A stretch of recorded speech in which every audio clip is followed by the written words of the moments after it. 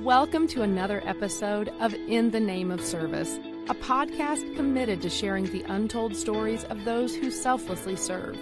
Each episode features an interview with men and women who have been called to a variety of service-focused roles, such as the military, law enforcement, ministry, volunteering, and more. You aren't likely to know the names of the individuals you meet here, but our hope is by the end of our time together, you'll not only know their stories, but possibly be inspired to write your own in some way. Humble in nature, but strong in character, these everyday men and women showcase what it is to truly be a servant. We're glad you're here. Now here's your host, Dr. Barb Thompson. All right, thank you so much for joining me today for another inspiring episode of In the Name of Service. I'm your host, Dr. Barb Thompson. As a United States Army veteran and operational psychologist, I've spent my career working with military and law enforcement units, conducting in-depth interviews with individuals who are hoping to earn their place on high-risk, high-performing teams. In most cases, they've already put in years of grueling physical and mental work just to get a chance to serve and sacrifice more. And that type of selflessness is special, and I feel worthy of recognition. While each person's story is unique and every path to service different, their goals are similar: to do something bigger, to make an impact, to make a difference. And these difference makers were the catalyst behind this podcast. It's my privilege to share their stories with you. And especially today, I get to share my friend. I think I can call you a friend, even though we haven't seen each other for quite a while. We did work in the same office, which was kind of like a roller coaster at the time, but I'm grateful for it. So I want to introduce Chad McCoy. He was a PJ by training, but rose throughout the ranks of leadership, and lots and lots of wonderful attributes that I could talk about. I will first let him introduce himself, and he's going to do a better job than I will, and then you will see the attributes played out for yourselves as we talk through his story. Welcome. Thank you. It's good to be reconnected with you and watch this process that you've been growing for the past, 30-something times, and continue to give back to other people, which is something I'm enamored by and grateful to be talking with you and hopefully share a nugget or two that maybe be useful to somebody as stubborn as me. For sure. So tell us, just so everyone listening knows, kind of your professional history and like where it has led you to this point so far. Yeah, I grew up in Hawaii. Well, I went to school in Hawaii and joined the military out of there. Became a PJ right out of the gate. Worked through the ranks to get to the unit that we served together at, and really found a home there. I found a mission that was really exciting for me. I think I felt fulfilled in purpose there for a long time, and I stayed for maybe longer than I should have. But yeah, I was a PJ the whole time. Ended up kind of reluctantly making rank through the process. And then in that reluctance to make rank, had to learn how to lead, fumble through that, learn some things the hard way, grow a little bit, face some adversity in my career, which I'm happy to talk to you about. But I ended up getting out of the military, retired in 21. I took a job out of the military. I had a good job out of the military. Down here in the Panhandle of Florida. I was doing kind of a 9-to-5, wearing a suit and tie. Did that for a year, and then transitioned to joining a small business, so a startup with two other co-founders. And we started a 3D print drone company, and we're doing that. That's been it's not a 9-to-5, it's a 12 to 15 every day. But it's been a new sense of purpose, new team, new mission. So been good. Awesome. Thank you for that. So take us back if you can. I know it's like a classic psychology question or psychologist question, but I do want people to hear about, from your perspective, the way that you grew up. Like, what are some experiences or relationships that shaped you think, into a person who wanted to do or could do, was capable of doing those hard things? Yeah, I don't think there's any secret sauce in my life of something that gave me a special attribute. I was enamored by, I think like a lot of kids in my generation, a lot of, young men in my, kind of era of, watching movies, being enamored by commandos and doing this cool stuff. And, and then playing war out in the woods and, building forts and throwing pine cones at each other. And I'll be honest, I think that kind of, that spark or interest grew into something that was attainable, right? And when I was in Hawaii, I wasn't smart enough to get a scholarship. I wasn't a star athlete. I wasn't ever going to school on a scholarship for sports. And so I had a choice. It was join the military. And, you kind of get your pick in the late 90s where you're not at war. And so you get to assess things on kind of where you want to go.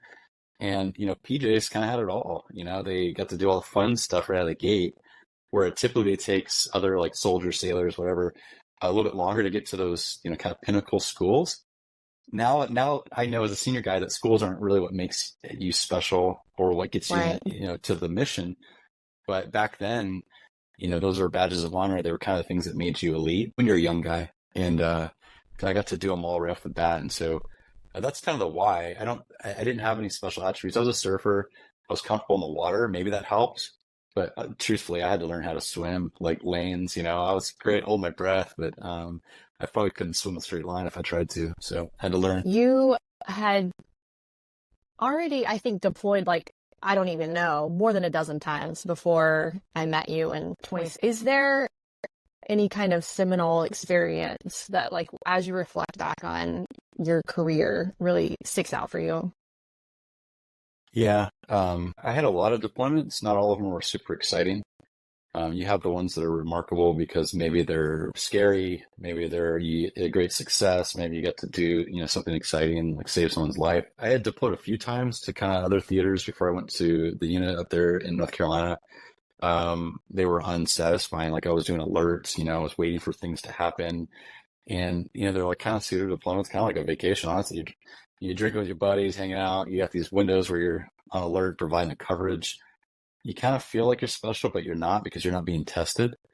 And I was going to get out of the military after 9/11 because I was in Okinawa and I wanted to go to war, and I was stuck up there. And that's probably a terrible way to frame it. But I was in a theater that was kind of nascent. We were doing OEFP, which is the OEF Philippines.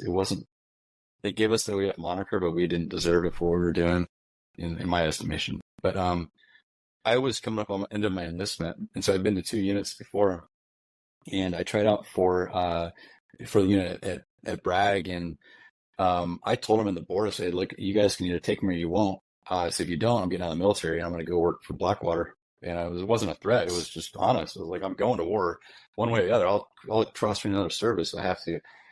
Because I trained for years and I wanted to be tested. I wanted to know who I was. Some of that was my own insecurities, right? Like I wanted to prove something to myself, like that I was good enough or tough enough. Right. And without that testing or that crucible, you just don't know. And I think that kind of eats guys up. And I think the guys are probably going through that now For because sure. same thing, you train, now you don't get to test it. So are you good enough, right? That's our own personal insecurities we got to work through. But you asked about like a seminal event. I think that my first one was cool, wasn't super eventful, and then I started going to these deployments, and everything was eventful. And I had a kind of a weird run where every deployment would be these crazy events, and it was just like at first I was like, "Oh, this is cool. This is how everyone's experience is," and then I started to realize it wasn't. And Yeah. there's a term for it, which I won't say on here because it's inappropriate, but like you become like this. Well, some people call it mission magnet, but it's negative stuff, right? It's like Right. tragedy happens on your deployment. Right. And Right. so you're checking a block, you're getting the action, you're getting fights, you're getting tested, but you're also getting all the baggage that comes with it.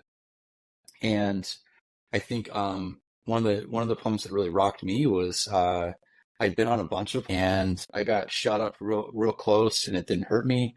And then it started messing with my head. It started making me think like, well, why didn't it kill me?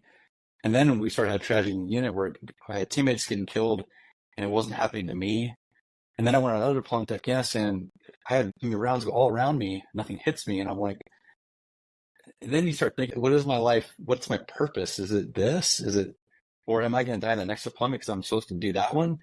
Right. And then just uncertainty comes into play. So I think that was like a point for me personally that I was like, man, this is heavy. I don't know why I'm not getting hurt, but it has to mean something. But I didn't know the meaning.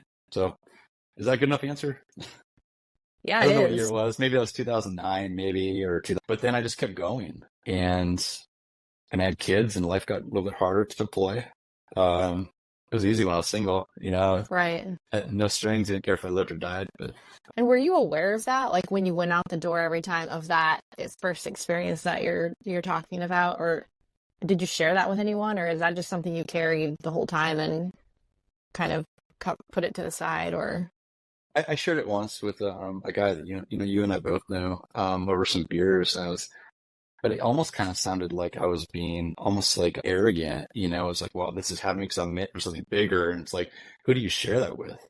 And in our environment at that unit, everyone's high. They're all the best guys in the world, right? Right. And so Yeah, everybody you don't want to be a guy to say, I'm meant for something bigger, even though that doubt or that thought is in your mind. It's not necessarily appropriate to share. And even with close friends, because they're maybe dealing with different stuff, and so you keep everything locked in. That happens now. I mean, we were just talking about stuff that happens post-military, and guys lock some of the stuff up pretty tight. When I did share it, we kind of laughed about it because it sounds so silly. And then I just wrote it off. I said, "Man, we'll see." But I had a bunch of other stuff happen later, and I had a gun go through my hand and not blow up, and I had all these random things happen. I was like, "Why is this not hurting me?" I mean, I certainly got banged up along the way, but then you see people get really hurt.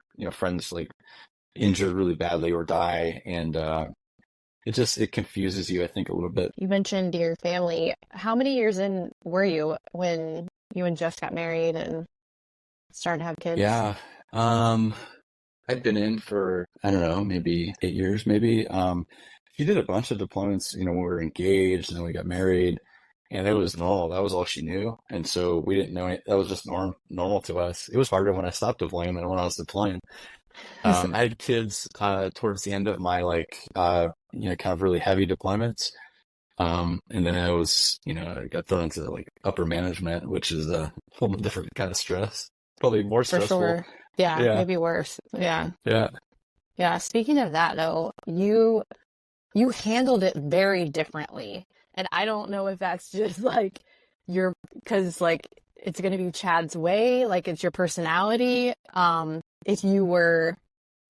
know that you were intentional about your leadership because I saw you planning out like before, those OTC students would come when we were at the det, like you trying to put this frame of mind around like where we want to take the culture there and how you want to change things for the better. But then I saw you, as you moved up in rank even more so. I mean, what I was hearing about was like the kind of almost distrust of the command and the skepticism that the guys carried always. It's like they were always on guard, but we're at home. Like this is our home team. And like you somehow, yes.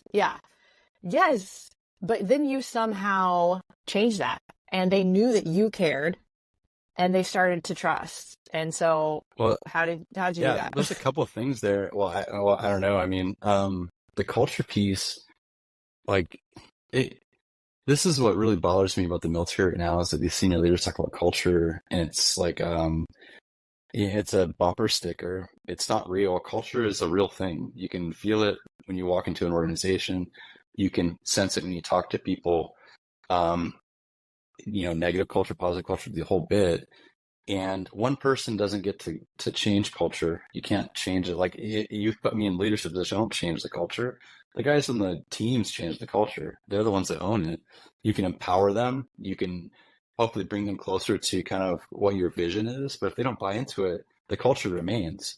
And in the military, the culture knows that it can survive leaders, right? Hey, Chad's here. We can wait him out. He'll be gone in a year or two. And that happens all the time. Every single unit. Commander comes in, we're going to change the world. And the guys are like, dude, we've been changing the world, man. We're burnt out. And, then, there's this kind of like, okay, we'll appease, we'll do just enough, but we ain't changing. And so when I got to the det, I didn't know how to be a leader. I was trying to do what other people did, right? I was like, I saw guys that were awesome leaders to me, and I tried to behave like that earlier in my career when I was a troop chief, and it didn't fit. It wasn't authentic. Right. And so I asked a lot of people for help before I went over there. And Brett, I replaced Brett over there, and Brett was killing it. And Brett is like a guy I respect, still to this day. And I'm like, I can't be him. I'm not him.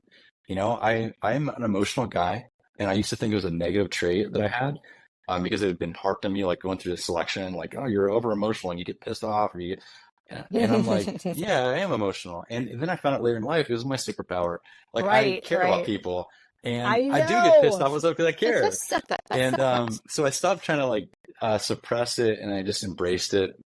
At the debt I learned, and I had a small organization of people, big personalities, but super talented guys. And my job was to empower them. And I'm like, well, we got to change our mindsets a bit.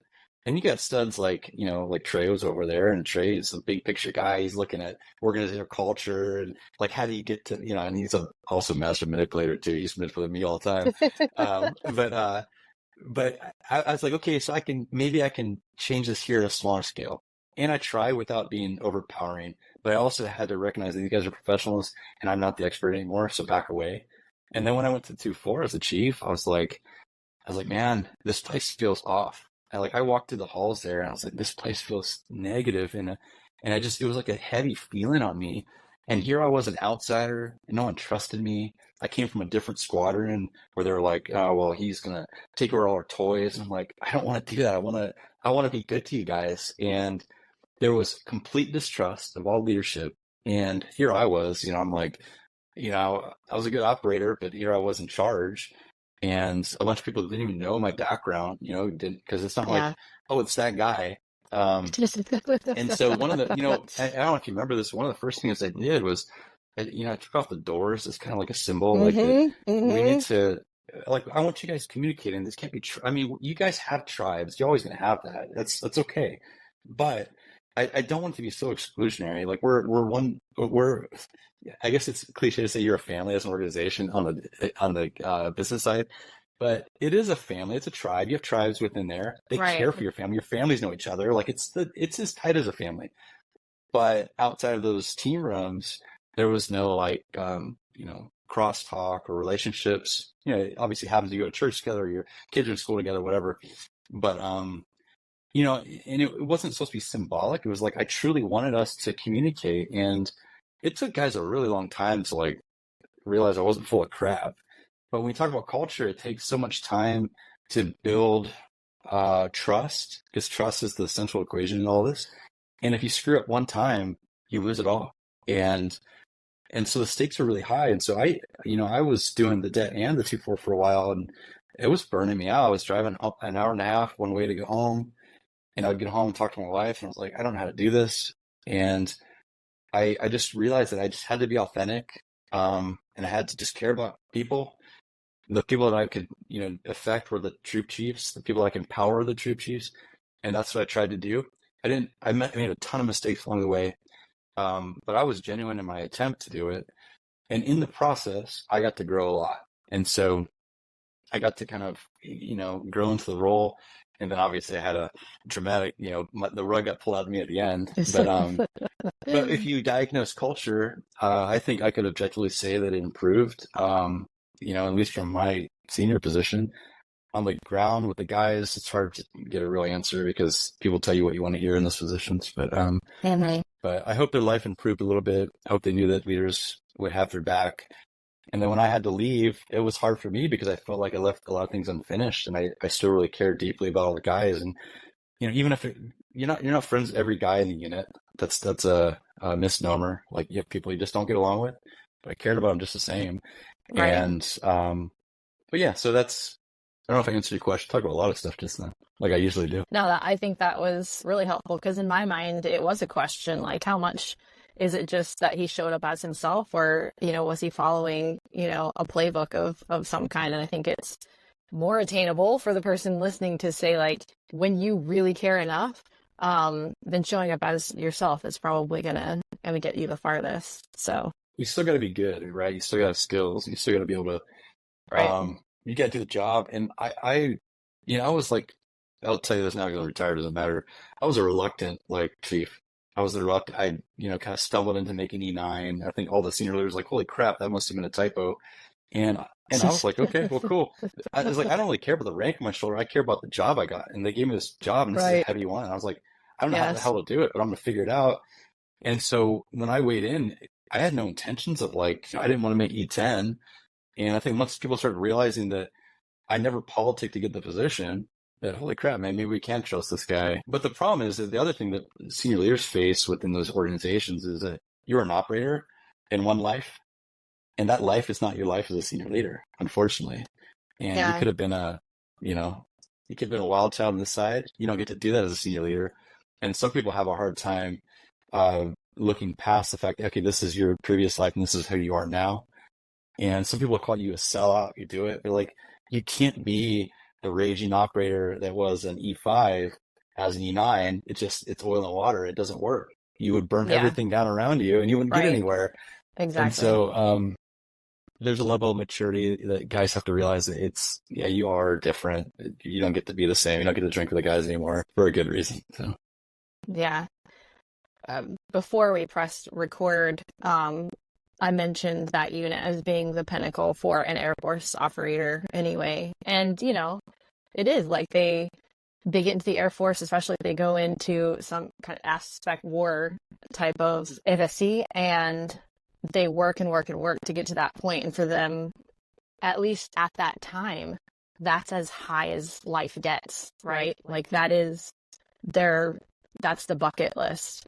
And and you said that's not the pinnacle. And anyway, well, they're artificial, they're artificial like levels of achievement. Yeah, for sure. Like, you have to work hard to get here. You have to be this to get here. So there's a perception that you are the best. And okay, so objectively, they're probably the most skilled. I don't know if they're in the best shape. There's some guys in studs, but there's also studs to the regular units. There's also excellent operators of the regular units that never even want to come up there. And so what you end up doing is you start drinking your own Kool-Aid, but then you're also isolated up there. But one thing I've noticed as I got out of the military is that the military is obviously by design, it's very linear. And that is what screws guys up when they get on the outside, is that if I do this, I get to here, right? There's nothing in the business world that's like that. Right. Like, on the outside, it's choose your adventure, and it's like this giant Chinese menu of options. You can do whatever the hell you want. And if you do this, doesn't mean you're going to go here. You might actually go down 2 steps. In the military, it's like, if I keep my nose clean, I do this, I go here, cool. Now I've made E9, so I've made it to the top, so I win. Well, that's not how it works on the outside. You could become an entrepreneur and hit it big and make a ton of money, and you're like, no, I'm going to do it again. I want to make more money. There's no pinnacle of achievement.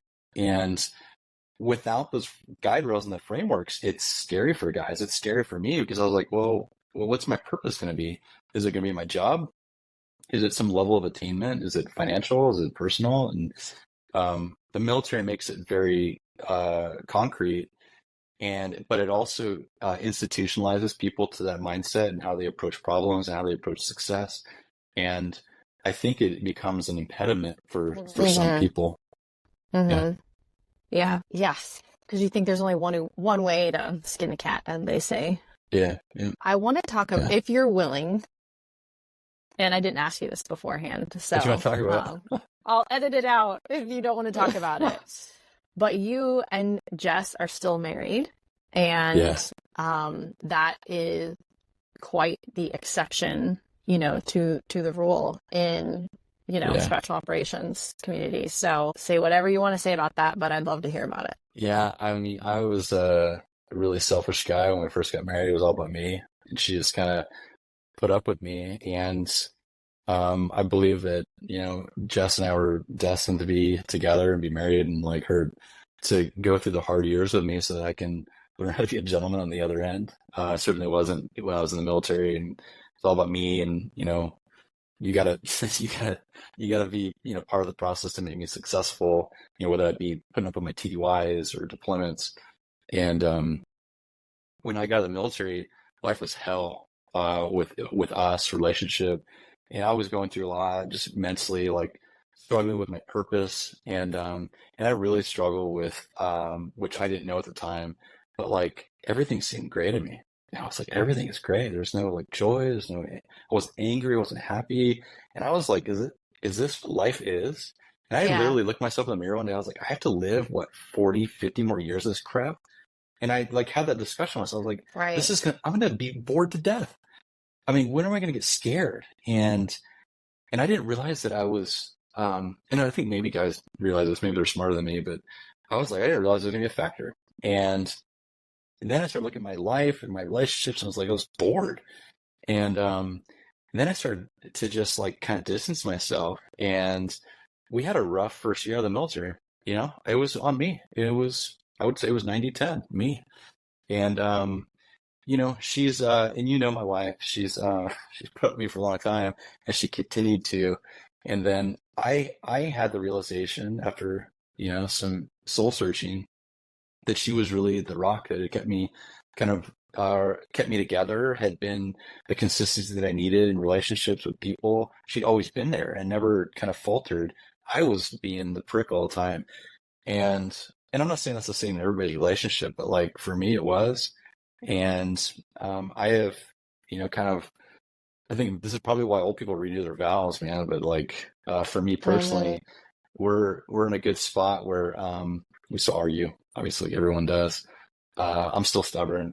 I'm still probably and deep down inside, probably think I'm the center of the universe.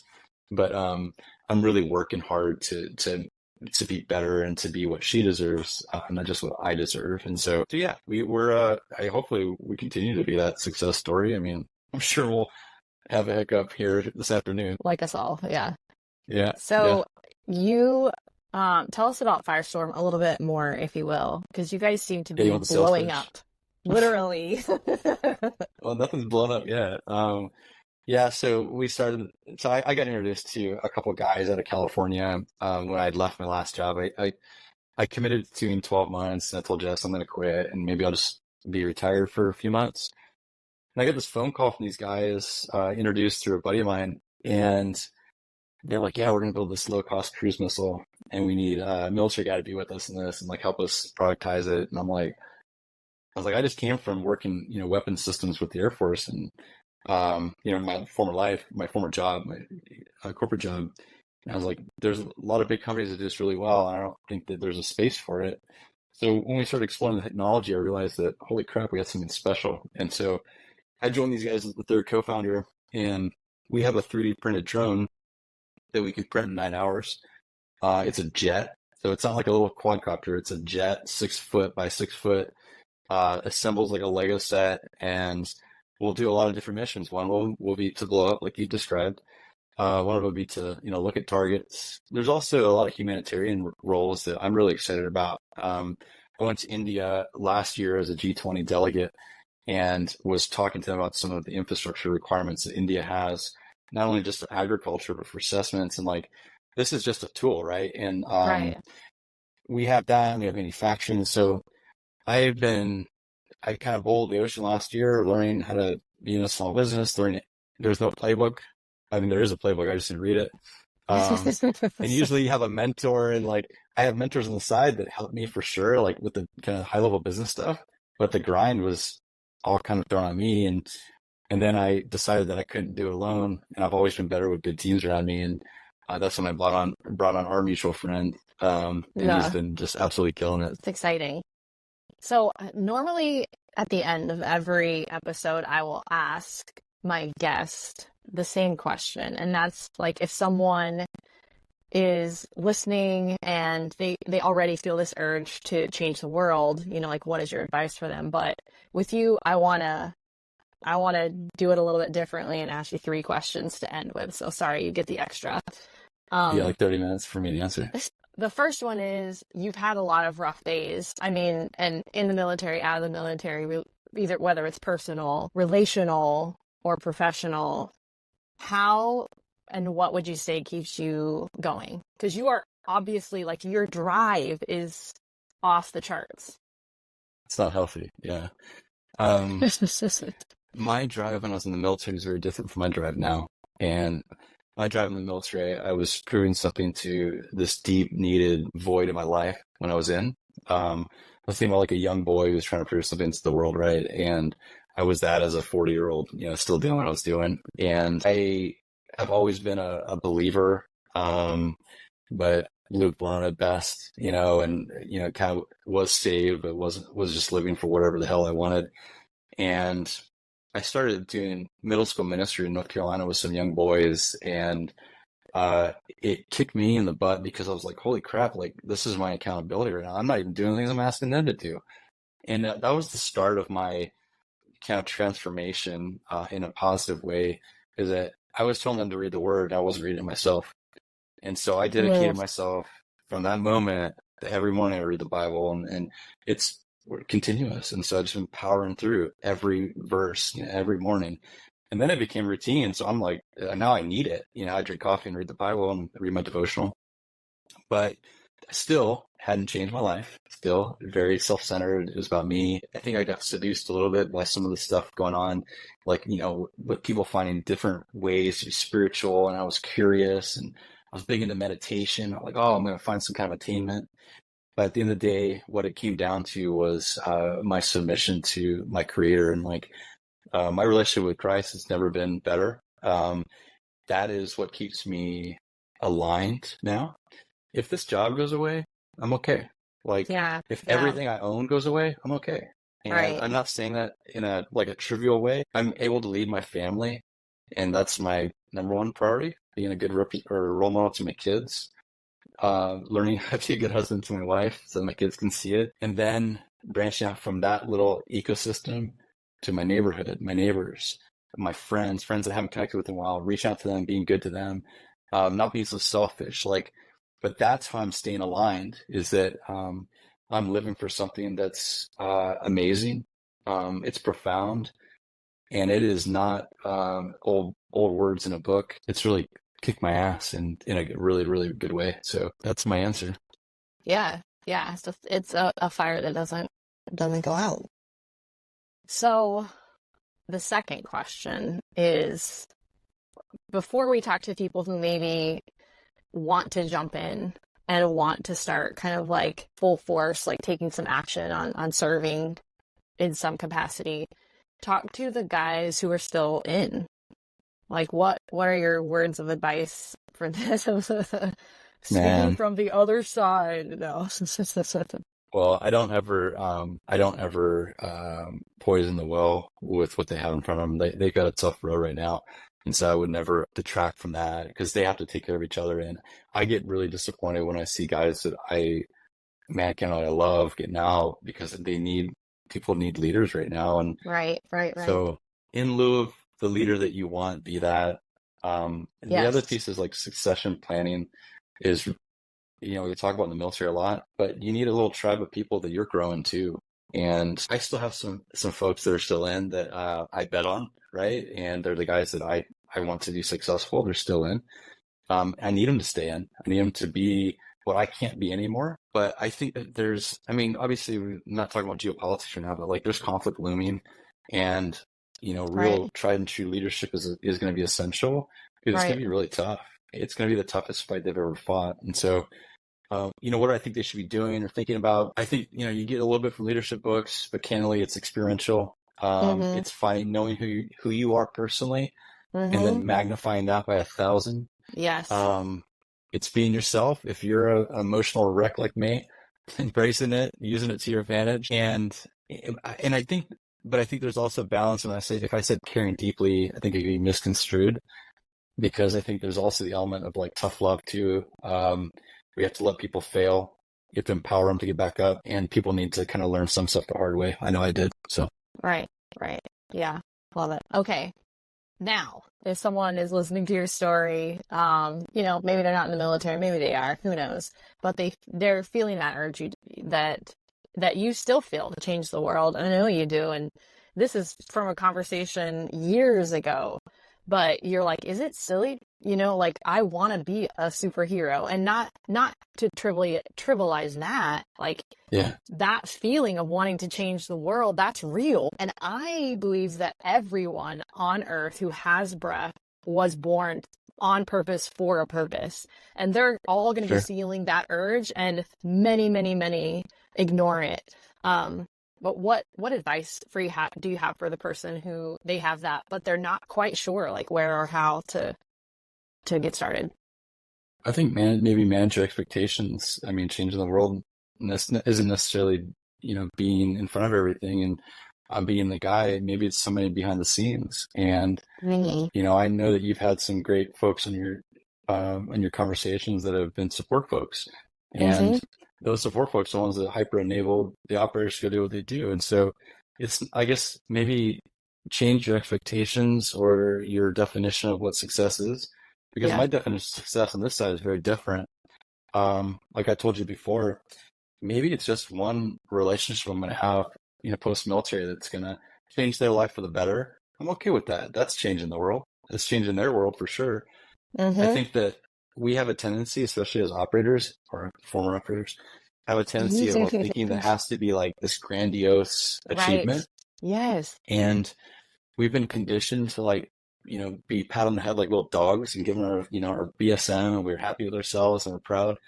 But the truth is that sometimes the guys that are making the most impact, all the guys that never get a pat on the head, no one ever even sees it. And I needed to understand that because when I got out of the military, I wanted to go help all these orphans in Ukraine. I went over there and I was going to change the world and fill my bucket, for lack of a better term. And I didn't. Right. And I felt even worse when I came home because I didn't do anything. And I was like, I thought I was going to go save a bunch of kids' lives and that'll make me happy. And then I started to realize that you hit a good point there. Yep. Well, I could just keep chasing this level of attainment that I'm never going to get to. And so, for you. Yeah, for me. But I'm also realizing that I'm also capable, and when people come to me, I can help them. Right. And it might be something that seems trivial now, but it's not. And so I guess that's what it is. It's expectation management. It's framing kind of your goals, something achievable. That's important. That's my answer. Yeah, I love it. There's all kinds of things right in front of you. Yeah. Yeah, and it could be, it could be in your house. It could be with your kids. And so I'm going to take it one day at a time. And, if I get tested or, God's will drives me in a different direction, I'll be obedient to it, hopefully. Hopefully I don't forget and run away. But those tests might be way harder than being shot at. They might be full submission. Might be sucking it up and doing a job you don't want to do. So 100%. That's it for today. I know there's a lot more, but yeah, I think I think I try to keep these, to an amount of time where people. Well, no one will watch it for sure. Hopefully, a few people will listen to it. Yeah. Yeah. Okay. Thank you so much. It's exciting to see what you're doing. It's exciting to see who you are becoming, and that's I'm all grown up. Anyway, thanks for what you've done and what you continue to do, and thank you for being with us during this time. Awesome. Thanks, Barb.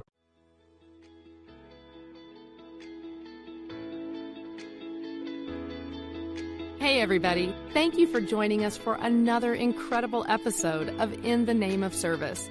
If you enjoyed today's episode, please like and subscribe. And of course, feel free to share with those you feel would like to be inspired. Have a difference maker in your life that you'd like to see featured? Reach out to Dr. Barb Thompson at inthenameofservice@gmail.com. We'll see you next time.